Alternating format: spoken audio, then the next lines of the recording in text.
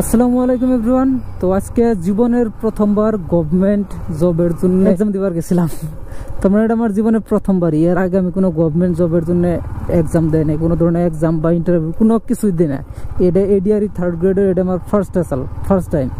তো আজকে যাই আমি যেটা দেখলাম, মানে রাস্তাতে যখন যাবার নিছি, যে আমাকে আসামে সম্ভবত ভারতবর্ষের ভিতরে সব থেকে নিবনুয়া মানুষ বেশি। এত মানুষ, মানে আমি যখন বাইক নিয়ে যাবার নিছি, আমার ভবানীপুরের থেকে যদি যাই তাহলে আমার পাঠশালা গেতে হাইয়েস্ট ম্যাক্সিমাম 10 থেকে 15 মিনিট টাইম লাগে, কিন্তু এইটুকু জায়গা যাওয়াতে আমার 45 থেকে 50 মিনিট সময় লাগছে।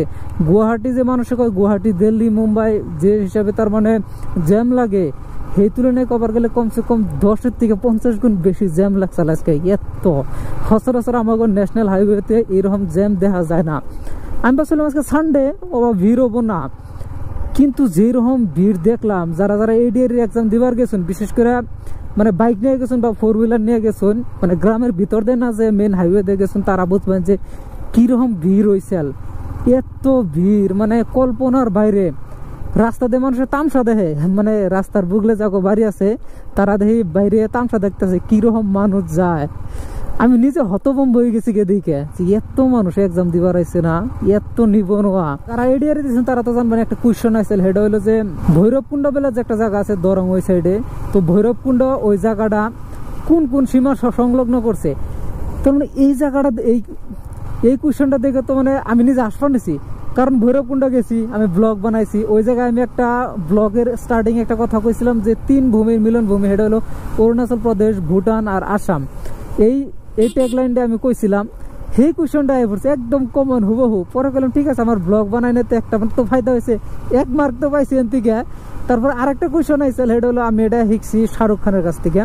তো শাহরুখ খানের যখন ফিল্ম আইসেল পাঠানের টাইমে শাহরুখ খান একটা স্টোরি দিছাল এফবিতে জনের লগে, যে রিয়েল লাইফ ফো আর রিয়েল লাইফ ফ্রেন্ড। তো উনি আইসেল অ্যান্টোনিমস অফ ফ্রেন্ড। তো উনি অপশন কয়েকটা আইসাল, কিছু মানে দেখি আনফ্রেন্ড মারতাছে, তার মানে আনফ্রেন্ড একটা অপশন আসাল।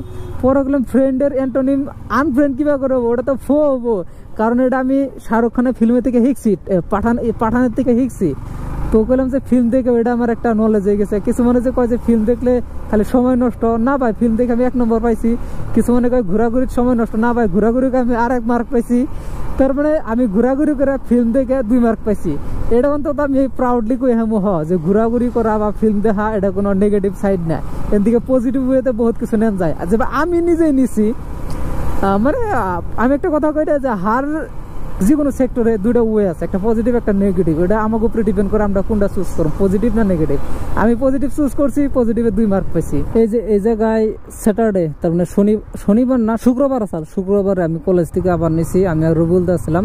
তো দুইজনে এই জায়গায় বইয়া তার মানে কুশালের রস খেলাম। তো ইয়ার আমি ফার্স্টে জিগাইছি যে ভাই বরফ আছে কি, যে আছে, তার মানে বরফ আছে যদি তাহলে কুশালের রস খাম। বরফ ছাড়া তার মানে কুশালের রস মানে টেস্ট লাগে না। ঠান্ডা যেহেতু আমরা কুশালের রস এই সিজনে খামো, যাতে একটু শরীরে রিফ্রেশমেন্ট ফিল হয়, যার জন্য বরফ দেখাইছি। এনো আধা ঘন্টার বেশি বই আসছিলাম, মৃদু মৃদু হাওয়া এলো, মানে সেই একটা ভাল লাগলো। তো একটা ফটো মারছি, ইনস্টাগ্রামে আপলোড দিচ্ছি আমি, মানে সেই ভাল লাগলো। আর বর্তমান যেরকম রোদ দিবার নইছে, তার মানে এটা অসহ্যকর একটা রোদ।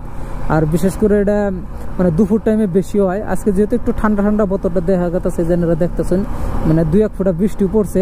এক্সাম দিয়ে আসার পরে আজকে আমার ব্লগ করার কোনো মুডই আসাম না। পরে বললাম যে না, তার মানে আজকে যে ইনসিডেন্টটা আমার লগে হইলো, এটা আমি মানে ভিডিও আকার একটা ধারণ করে রাখে দেয়, ইন ফিউচার নিজে দেখা আমো বা অনেক কথাগুলো শেয়ার করলাম, যেহেতু কয়েকদিন ধরে কোনো ব্লগ করি না। আর বর্তমান তো জানেন স্টুডেন্ট লাইফে কীরকম ব্যস্ততা থাকে, ওটা মানে যারা স্টুডেন্ট বা যারা স্টুডেন্ট লাইফ পার করে আইসুন তারা সবাই জানেন, মানে ব্যস্ততার মধ্যে আর কি, তার মধ্যে সময় বের করে মানে এটা একটু ব্লগ করার নাগে বা অন্যকে নিজের মনের কথা শেয়ার করার নাগে, সেই জন্য আর কি করি। ঠান্ডার দিনে একরকম আয় পড়লো, আর সম্ভবত 1টা মাস আছে, 1টা মাসের মধ্যে আর কি সম্ভবত ঠান্ডা আয় যাবো, কারণ বর্তমান 6টা না বাজতে 5:30 বা 5:45 একদম আন্ধেরা হয়ে যায়। বর্তমান কটা বাজে 4:55 বাজে আর কি। ব্লগের স্টার্টিং এ কইলাম যে আমি জীবনে কোনো গভর্নমেন্ট জবের জন্য কোনো ইন্টারভিউ দেই নাই বা কোনো এক্সাম দেই নাই, এটা আমার প্রথম আসাল। তো একটা এক্সপিরিয়েন্স নিলাম, যাই হোক এক্সপিরিয়েন্সটা ভালোই আসাল। 150 মার্কের এক্সাম আসাল, খালি টিক মার্ক দেন নাকি ভুল করার নাকি। আমি তো ভাই একদম টু বি অনেস্ট আমি পড়ি নাই, টোটালি কোনোদিন আমি একটা মানে ভিডিও দেখি না ইউটিউবে, মানে স্টাডি রিলেটেড বা কোনো আমি কিতাব পড়ি না, কিছু করি না। আমার কথা হলো যেটা আমি পারছি ফার্স্টে লিখছি, তারপরে ওই যে একটা কথা না তুক্কা, আমি বিসমিল্লাহ কইছি, আমার যেটা মানে আমার আত্মায় যেটা কইছে যে না এটা রাইট, আমি সেটার মধ্যে লাহে করে গোল চিহ্ন দিয়ে দিছি, বিসমিল্লাহ কইছি, গোল চিহ্ন দিছি, সব কিছু আল্লাহর উপরে ছেড়ে দিছি। আল্লাহ যা করবো ভালোর জন্যই করবো। আল্লাহ কইছে বান্দা তুমি মেহনত করো, আমি তোমার ফল দিম। বান্দা আমি মেহনত করি নাই, আল্লাহ আমার ফল দিব না। কথা হলো এটা, আমি মেহনত করি নাই, আল্লাহ আমার ফল দিব কি করে? আমি খালি বিসমিল্লাহ কইলে কি আল্লাহ দিব? আল্লাহ কইছে তুমি মেহনত করো, আমি মেহনতই করি নাই। অবশ্যই ইংলিশের যেটা আছে ইংলিশের ব্যাখ্যা আমি করছি, কোনো মার্ক কাটা হবে না। কিন্তু গণিত আমি একদম ডাব্বা। গণিত আমি গুল্লা পাবো, 0 1 2 পাইলেও পাই হারি। কারণ ওই যে একটা কথা আছে না যে আমি নারীতে দুর্বল না, আমি গণিতে দুর্বল, ওটা আমার ক্ষেত্রে একদম প্রযোজ্য হয় যে আমি নারীতে না, আমি গণিতে দুর্বল। গণিত আমি এতই দুর্বল, তার মানে কল্পনার বাইরে দুর্বল। গণিত আমি পারি না, টোটালি গণিত পারি না। যাই হোক, অভিজ্ঞতাটা ভালোই আসাল। অভিজ্ঞতা মানে জীবনের প্রথম এক্সাম দিলাম, এমনি তো বহুত এক্সাম দিছি, কিন্তু এরকম কম্পিটিটিভ এক্সাম দিই নাই। কম্পিটিটিভ এক্সাম বাইরে ধরে গিয়ে কম্পিটিটিভ এক্সাম খুবই মানে এক্সপিরিয়েন্সটা খুবই ভালো আসাল, খুবই ভালো। একটা মিম দেখলাম, মিম মানে একটা ইনস্টাগ্রামে রিল দেখলাম যে ক্লাসে বই রয়েছে, ঘন্টা কুछ समझ में नहीं आ रहा है, घर में जाके यूट्यूब से पढ़ लूंगा। ওটা আমার ক্ষেত্রে প্রযোজ্য হয়।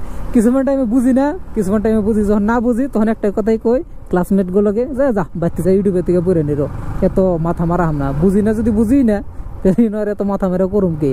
আজকে আমাকে আসাম গভর্নমেন্টের একটা কাম আমার খুব খারাপ লাগছে। আমার না বহুত মানুষের খারাপ লাগছে। সেটা হলো যে ইন্টারনেট কাটার কথা সাল 10টা বাজায়, এক্সাম আরম্ভ হওয়ার আধা ঘন্টা আগে, কিন্তু ইন্টারনেট কাটছে সকাল 7টার সময়। বহুতে হয়তো কয় যে 8টা তুরি বা চালাইছে বা 7:30 তুরি, কিন্তু আমি 7টার পরে ইন্টারনেট পাই নাই।